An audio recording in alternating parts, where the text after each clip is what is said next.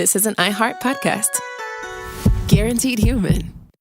Hey, everybody. The official Big Bang Theory podcast is back, covering seasons 3 and 4 of the show. Each week, host Jessica Radloff speaks with crew and cast members like Kunal Nair, Mayim Bialik, and Kevin Sussman. Hear about the Easter eggs you may have missed, behind-the-scenes stories, and how certain real-life relationships shaped some of the most memorable storylines. Watch the official Big Bang Theory podcast on HBO Max or wherever you get your podcasts. Hey, and welcome to The Short Stuff. I'm Josh, and there's Chuck, and Ben's here too, sitting in for Jerry, who usually sits in for Dave. It's very confusing, so let's forget the whole thing and get started because this is Short Stuff. Hey, happy day after birthday, friend. Oh, thank you very much. I appreciate that, friend. What'd you do? Oh, geez. I can't really get into it here, but it was a good birthday. Okay. You'll tell me in private. We had a good time, but no, I appreciate you getting those posts on social media up. That was very nice of you. It made me feel very loved. Hey, of course. People love you, and they said so in the hundreds and thousands. I know. It was really nice. Yeah. So thanks a lot. Yeah, you texted me. You're like, you're getting a lot of love over on Instagram right now. Well, So I have to get you to open Instagram. yeah, I know. It worked like a charm. It's no good. My good deed goes unseen if you don't watch it. So, But thank you for that. of course. We'll have to go back and edit all this out because this is short stuff. No, that was only a minute, 10, 11, 12. We're doing great. All right, well, then we have to talk really fast for the rest of the episode. Well, we're talking about something near and dear to my heart that I've talked about on stage in front of thousands of people. And that is the fact that I, not always, but I mostly try to sit down when I go pee-pee. Mm-hmm. I do too. I'm a Sitzpinkler. Oh, you started doing that? Yeah, I think I confessed along with you on okay. stage in Seattle too, if I remember correctly. But yeah, no, I totally, now I own it. At the time, I was a little wary. Now I'm like, yeah, I sit down to pee. It works really well. The only time I don't is in public because I would rather cut off the lower half of my body than ever sit on a public toilet seat. Yeah, and if I remember correctly, my on-stage joke was that I sit to pee, but I stand up when I poop. That's right. That was a classic. Yeah, I've been doing that, though, for, I feel like it's semi-new, like in the past, 6 or 7 years. I started sitting down to pee, and the first, adult male that I saw doing this was my Wait. was my brother-in-law. Oh, okay. Your brother-in-law. Yeah, my brother-in-law, when I lived with them, my sister's husband, Karsten, who is German. Oh, that makes sense because this is a very German thing. Like, there's even didn't know that. I didn't either. I think actually Yumi found this one because we were talking about. I don't remember what we were talking about. We looked it up, and it turned out that this is a big thing in Germany, and they have a word for it. Sitzpinkler. Can you say it with a German accent? Yeah, Hasselhoff. I wonder if he does. No, you said it right, basically. Sitzpinkler. Yeah, there you go. That's what I was looking for. You just got to add a little flair. It makes sense, too, that the Germans would have a word for it because the Germans have a word for everything. But the reason why a little bell went off in my head when you said your brother-in-law is German is because it's a big deal in Germany. As a matter of fact, there was a YouGov poll of 8 Western European countries, plus the U.S., Canada, Mexico, Australia, and Singapore. And the whole point of this poll was to find out where men sit down to pee the most. It was groundbreaking scientific poll. And Germany won out. I didn't quite get this because it says 62% of German men sit every time. No. A combined 62% sit every time or most times. Oh, okay. Every time being 40%, 22% most times. I got you. Yeah. So, I mean, that means that for the most part, by far, most German men you'll find them sitting down when they're peeing most of the time. Yeah, and behind them was Sweden at 50%, Denmark 44%, Australia, which kind of surprised me, at 39%. I thought they would be pretty low on the list. Yeah. But the U.S., Mexico, Britain, and Singapore rounded out between 20 and 24%. Yeah, which all of that's a little surprising. I thought Singapore would be up there with you. I thought Australia would be down there because they're so rough and tumble. Yeah, you don't sit to pee. That's such a sexist or misogynistic, I don't know what it is exactly, but it's just a really kind of wrong thing to assume. Like, oh, yeah, Australians are rough and tumble. They ride kangaroos around and drink like 55-gallon drums of Foster's and eat at Outback every night. But of course they don't sit down to pee. And that's kind of like this idea behind the Sitzpinkler thing. Like, it's used in Germany, or it used to be used as an insult. Yeah. Like, you're a Sitzpinkler. You're effeminate. You're kind of a wuss. You're just not a manly man. And somehow, some way, German society said, "Nein, we're taking that and we're going to own it and we're going to turn it on its head. And we're going to start a campaign starting around 2004 to basically train German men to sit down to pee." Yeah, I love it. They even have this is incredible, a device, sort of like a what do you call the things? A bidet. A duvet. You don't want to mix those up. Spread a duvet over your toilet and then just pee all over it. Nothing would splash. Sort of like a bidet.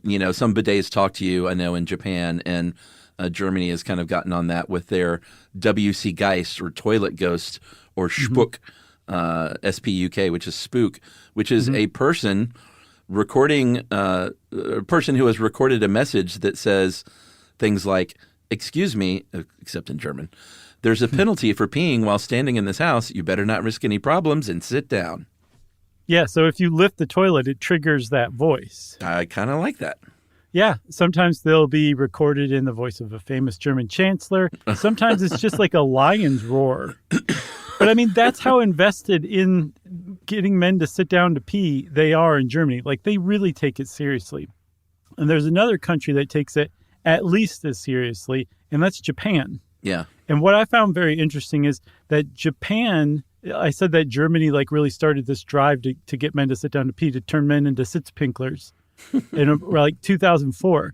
The same thing happened in Japan back in around 2000. In fact, there was a survey in 1999.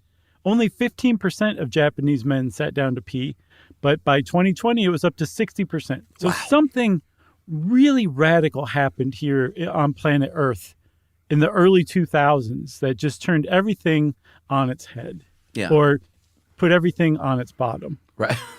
And I guess we'll come back and talk a little bit about some of the reasons why that might have happened right after this. Indubitably.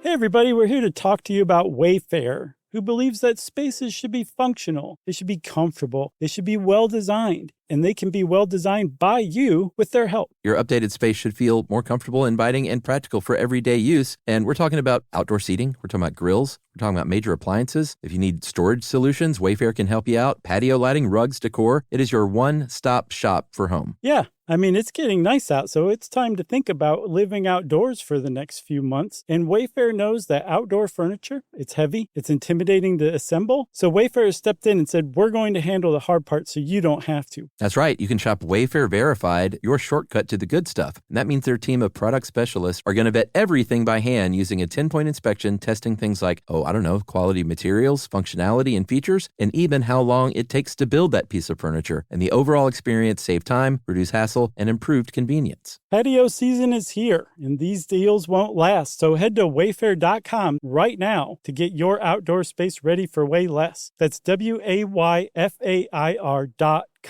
Wayfair, every style, every home.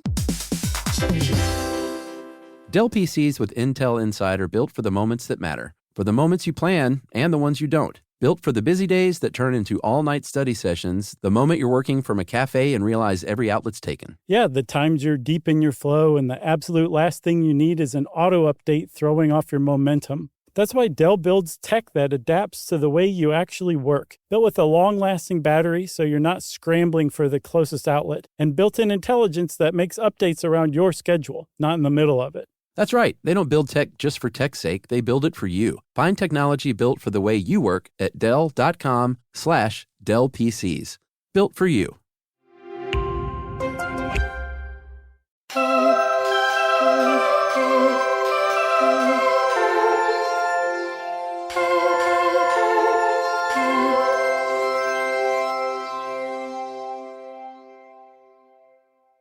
So one thing I thought was, since it really increased a lot over the past like 20 years or so, I thought there may have been something I missed, like, Captain America sat to pee in a Marvel movie or something like that. But I couldn't find anything.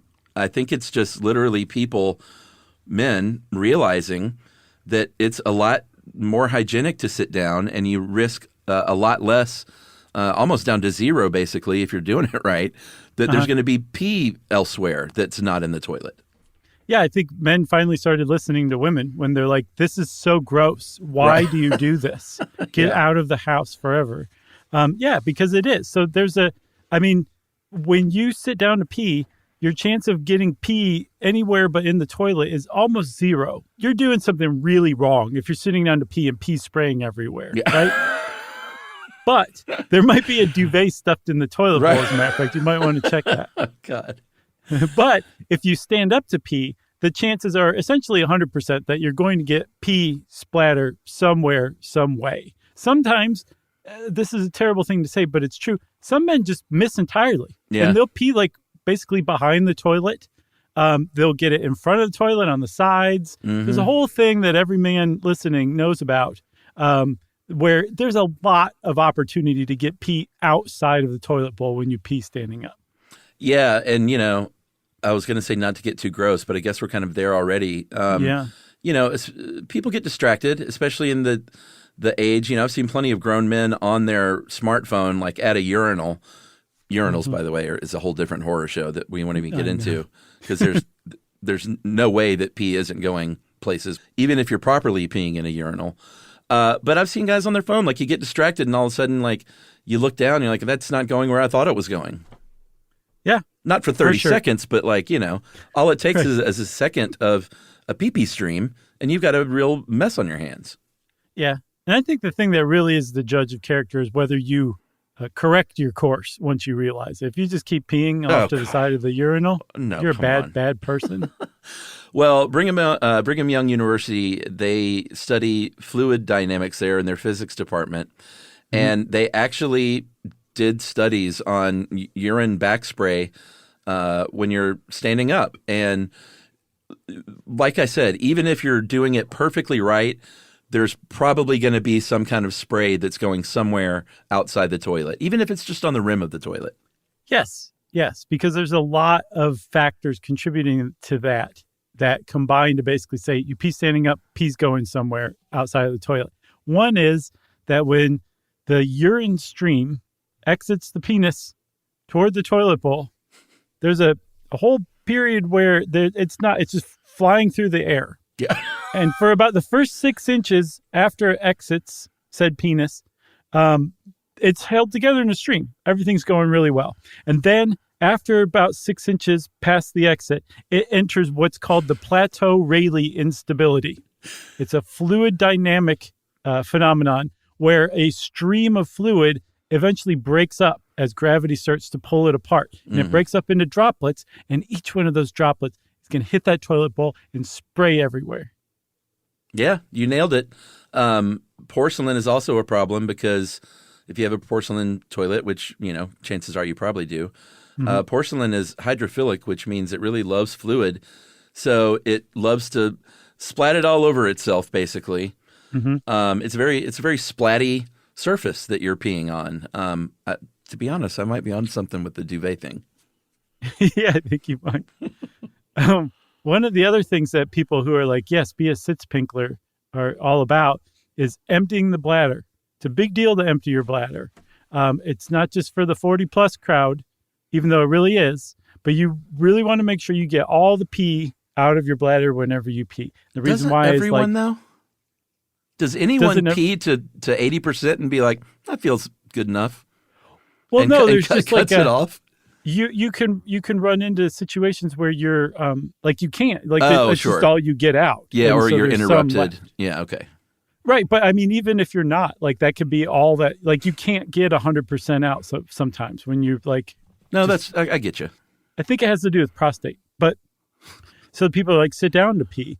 But this is a very fraught debate because medical researchers tend to say if you're a man standing up to pee or sitting down to pee, depending on your condition, depending on how healthy you are and how healthy your prostate is, it's not going to make any difference whatsoever. One way might help one guy, the other way might help another guy. So that's really not a very good argument for getting people to sit down to pee. Yeah. So I get all that now because I, in fact, myself, since we're being honest, since this is just you and me talking and no one else is listening, Sure. have reached that age where there's like some prostate things where peeing, you know, all of a sudden you wake up one day in your 50s and you go to pee and you're like, nothing's happening. Right. So it's just going down my leg. Yeah. So you call your doctor and they're like, oh, well, that's just what happens. You start to have some like little prostate issues and nothing like super serious usually. But no, but that's such a double-edged sword. Like on the one hand, you're like, oh, I'm so relieved this isn't a terrible medical condition. On the other hand, what they're saying is like, get used to it, buddy, because this is just what your body's doing from now on. Yeah, exactly. Women, on the other hand, it's a different story. They don't have the bladder. You know, when you stand up to pee, which, you know, supposedly, I don't think supposedly, standing up to pee does help a man empty their bladder more fully. But the prostate is supporting that bladder. Women don't have the prostate. So if a woman is forced to pee standing up on the side of the road, behind the concert venue, at the campground, in the shower. There are all manner of reasons why a woman may have to go pee-pee standing up. They don't have that prostate supporting them, so it's much more difficult for them to empty their full contents. Yeah. The thing is so if they sit down to pee, they're much more prone to empty their bladder. Ipso facto, everybody should sit down and pee. The problem is when you get into public and you hover above the toilet seat to pee, that actually has a similar problem as when you're standing up to pee. But really, if that's your choice, I feel like in that situation, just go with the not getting 100% of your pee out right then. Yeah. And the one last thing I want to say is I get that a lot of men probably don't sit down to pee still. The statistics tell me that at least. But in the middle of the night, if you have to get up and go potty, I just think it's the craziest thing I've ever heard of to try and stand there and still try and stay asleep and pee in that toilet. That was the gateway for me, was in the middle of the night, because it just makes sense.